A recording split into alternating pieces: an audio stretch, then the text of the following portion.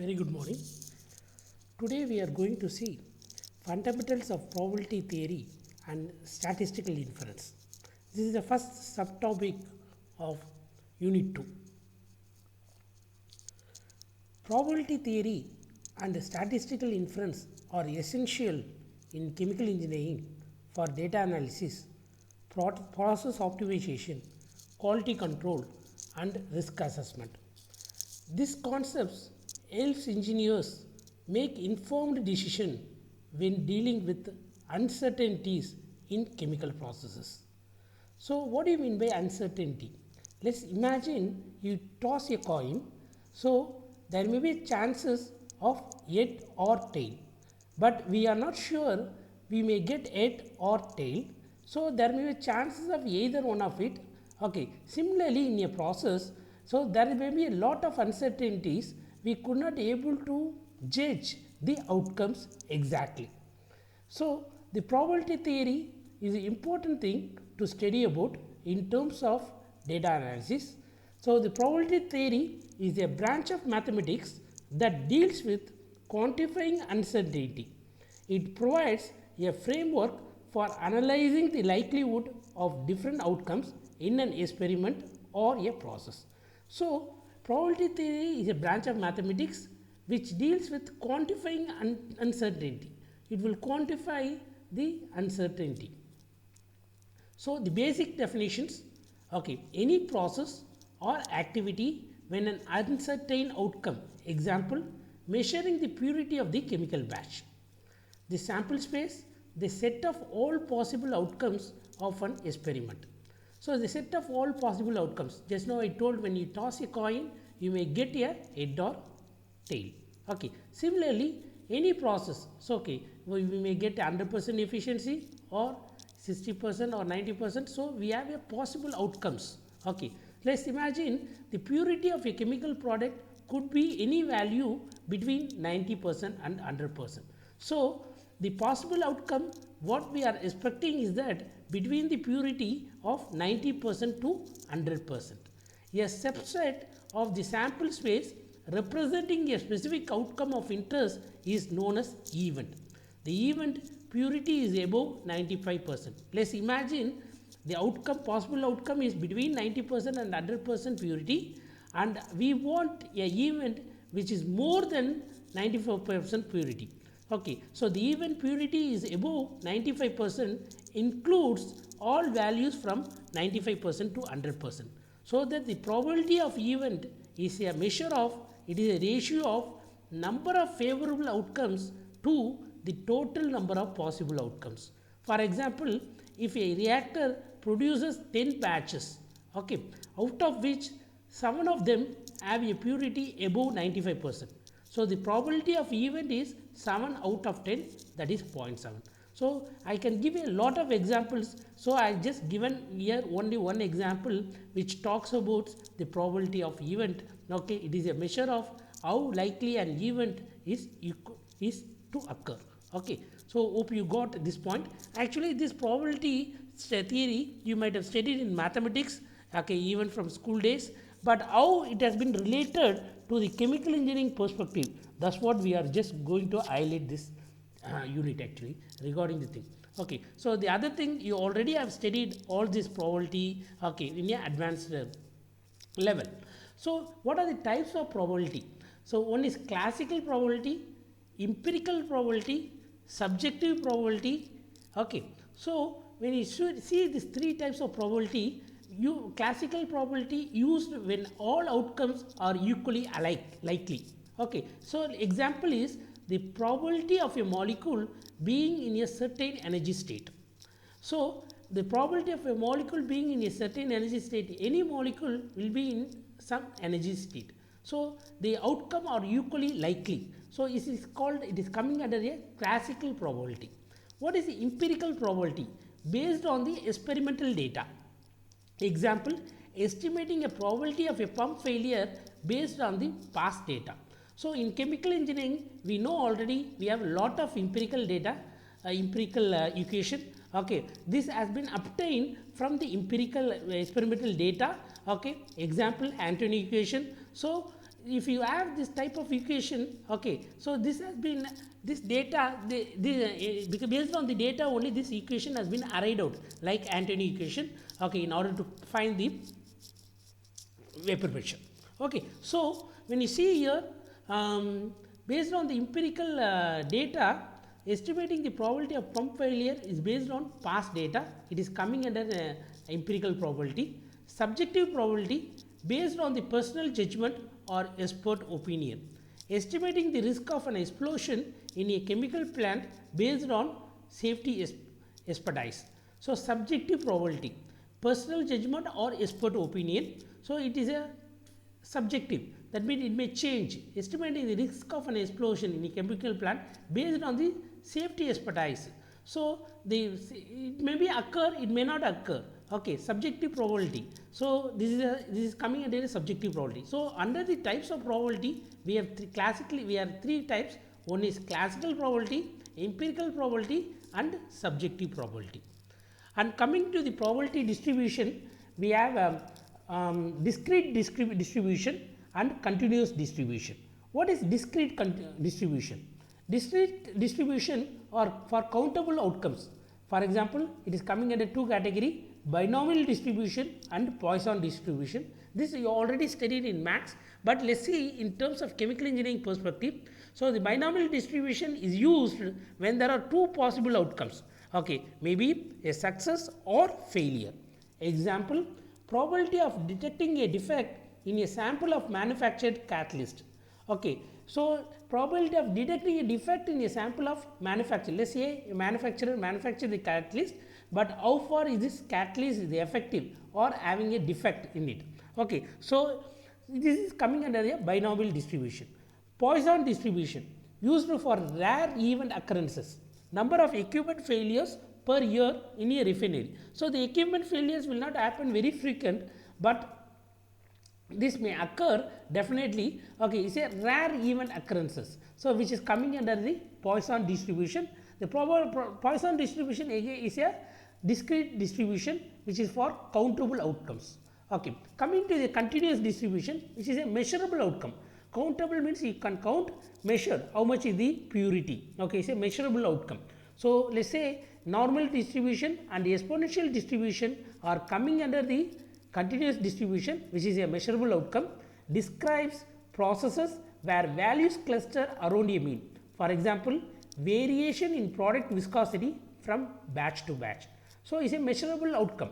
So, product viscosity may vary from batch to batch.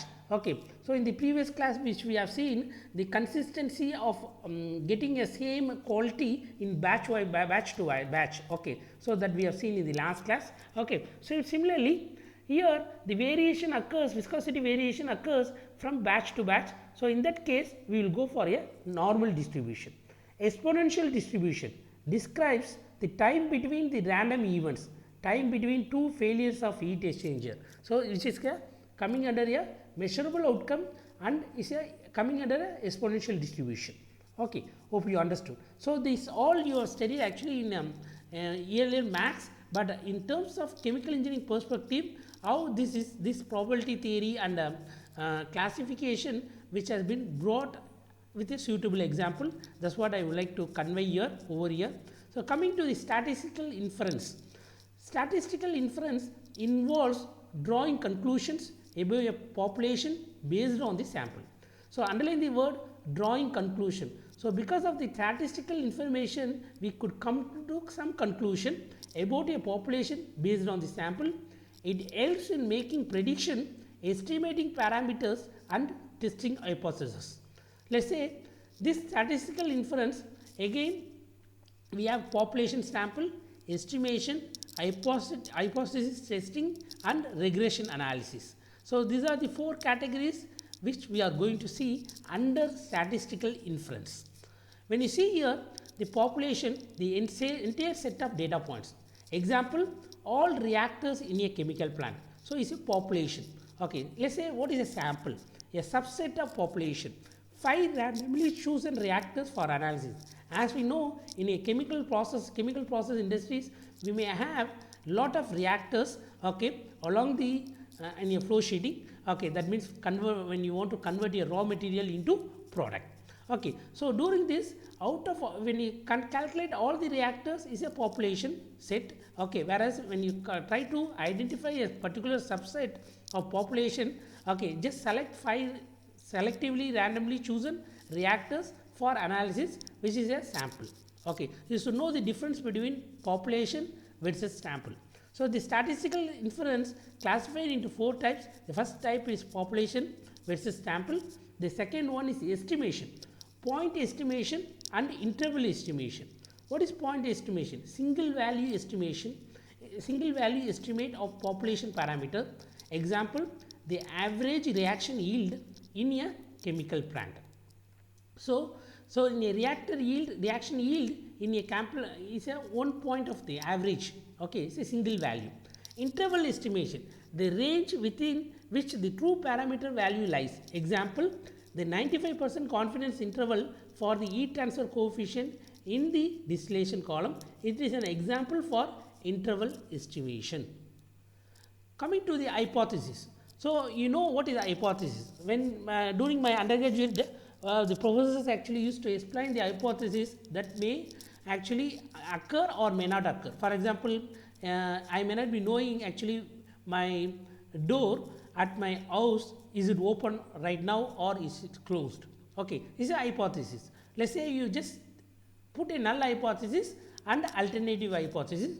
Like let's say the null hypothesis is just the door is is being open at currently, and the alternative hypothesis is closed. Okay, it's not open. So we need to prove whether the null hypothesis is accepted or alternative hypothesis is accepted. Okay, based on the data. So hope you understood what for we are studying this, because most of the time in mathematics we just don't have a realistic examples. We will say how this has been calculated, how to arrive at the values, but unfortunately we don't relate that one to a practical situation. Okay, because of that, whatever we learn, it is easy to vanish. Usually it vanish. It will not. We will not understand the real meaning where we need to apply what we have learned. Okay, so it's not like that, because we are now moving towards outcome based education. Okay, so we should know actually what is the outcome of the what we are studying. Okay, so hypothesis testing is used to determine whether a claim about a population parameter is supported by sample data. Okay, null hypothesis, no effect or no difference. For example, a catalyst has no effect on reaction yield. Okay, this is a null hypothesis. The alternative hypothesis, the catalyst has an effect on reaction yield. That means effect in the sense it will improve the reaction yield. Okay, so let's imagine whether we prove the null hypothesis or alternative hypothesis. Usually we will reject the hypothesis, that means the null hypothesis, right? So okay, so let's say the p value, the probability of observing the data if H naught, that is a null hypothesis, is true. Significance level, a threshold of 55% for rejecting the null hypothesis. Okay, so if there is no much significant difference, okay, that means 5% we can reject the null hypothesis. Okay, so regression analysis. Let's say you have a two different category and coming under the regression analysis under the statistical inference. Okay, is a fourth point of under the statistical inference. Okay, again it has been categorized, that regression analysis has been classified, categorized into two types. One is linear regression and another one is multivariate regression. Let's say you have a linear regression, y is equal to mx plus b is a straight line, right? Y is equal to mx plus c is a straight line, predicting the reaction rate based on the temperature. So here the y represent the reaction rate and x represent the temperature. As you vary the temperature, what will happen to the reaction rate? So the reaction rate, as you increase the temperature, the reaction rate increases, is a linear relationship. Okay, so multivariate regression, predicting the product purity based on multiple factors. Okay, it's not only a single factor. In the previous case, it's a single factor, right? So is with respect to only the temperature. So let's say I have pressure, temperature, and flow rate. Okay, so it may be linear or non-linear. Okay, so multivariate regression, predicting the product purity based on multiple factors like pressure, temperature, and flow rate. Coming to the application of this probability theory and statistical inference. Okay. One is in quality control, process optimization, reliability analysis, environmental monitoring. Okay, I will give an example for each. So, if you see the quality control using control chart to monitor the process variability, example monitoring the pH level in a wastewater treatment plant. So, sometimes we need to measure the process variable, that means or the indicators, okay, and when a frequent time. So, when I was just trying to explain my experience when I was just went to the internship for the first time in SIPCAT at Kadalur, okay, I have been asked to measure the temperature of a reactor. I mean, they have the sensor inside, okay, and note it down for every 5 minutes. Okay, why they are doing? Despite they have a process control room where they are monitoring the variables, okay, in a instant view, but at the same time they also monitor by human intervention. Okay, so the thing is that if there is any control valve failure happens, that will not be detected in the process control room, whereas the human could be able to identify the errors as such. Okay, so in a manual way. Okay, so that's why they ask to do the dual checking. Okay, so when you see here using control chart to monitor the pH variability, so that if the pH is maintained consistent, obviously the output we could able to expect the same. If the pH variation is very high, okay, because of that the aeration or things could not able to happen, okay, in a, I mean, the biological reaction could not happen in a wastewater treatment plant effectively. Okay, so that's the thing. So the quality control, process optimization, using probability distribution to optimize the reaction condition. Example, finding optimal temperature and pressure for maximum yield. So probability distribution to optimize the reaction condition, it is an example. Reliability analysis, estimating failure probability of equipment. So predicting the lifespan of the distillation column tray. So this is an example for probability theory and statistical inference in terms of chemical engineering perspective under the reliability analysis. Okay, coming to the environmental monitoring, using statistical inference to analyze population levels. Estimating the probability of exceeding the air quality standard is an example. Okay, probability of exceeding the air quality standard. So, which is coming under environmental monitoring using statistical inference to analyze the population level. So, when you have this type of data, okay, we could be able to do the statistical analysis, and obviously we could come for the conclusion. Okay, so so these are the applications, okay, of chemical engineering, especially because for probability theory and statistical inference. Okay, coming to the conclusion, probability theory and statistical inference provide powerful tools for chemical engineers to analyze uncertainty, optimize the process, and make data driven decisions. So the previous examples which talks about optimization, which talks about the uncertainty and how to arrive at the data, okay, data driven decisions. Okay, these are the examples which I have told application of probability theory and statistical inference in the previous slide. So that's what they want to conclude here. So when the probability theory and the statistical inference provide powerful tools for chemical engineers to analyze uncertainty, optimize the process, and make data driven decision. These concepts are crucial for process design, safety, and efficiency in chemical industries. Very, very important. So what for we are studying this probability theory and statistical inference, again back to the data analysis and machine learning for chemical engineers, because actually this all you studied actually at the undergraduate level. Okay, I mean especially in yearly semester. Okay, so now we have been just correlating to the realistic examples of chemical engineering, how far it will be helpful. Again go back and implement that particular learning what we have learned earlier in our chemical engineering perspective, and try to come out with a conclusion, okay, that will help you to have a data driven decision and analyze the uncertainty and optimize the process. Okay. So with this note, I would like to conclude this section, especially the first subdivision of unit 2. Thank you for your time. Thanks for your cooperation. We will see you in next class.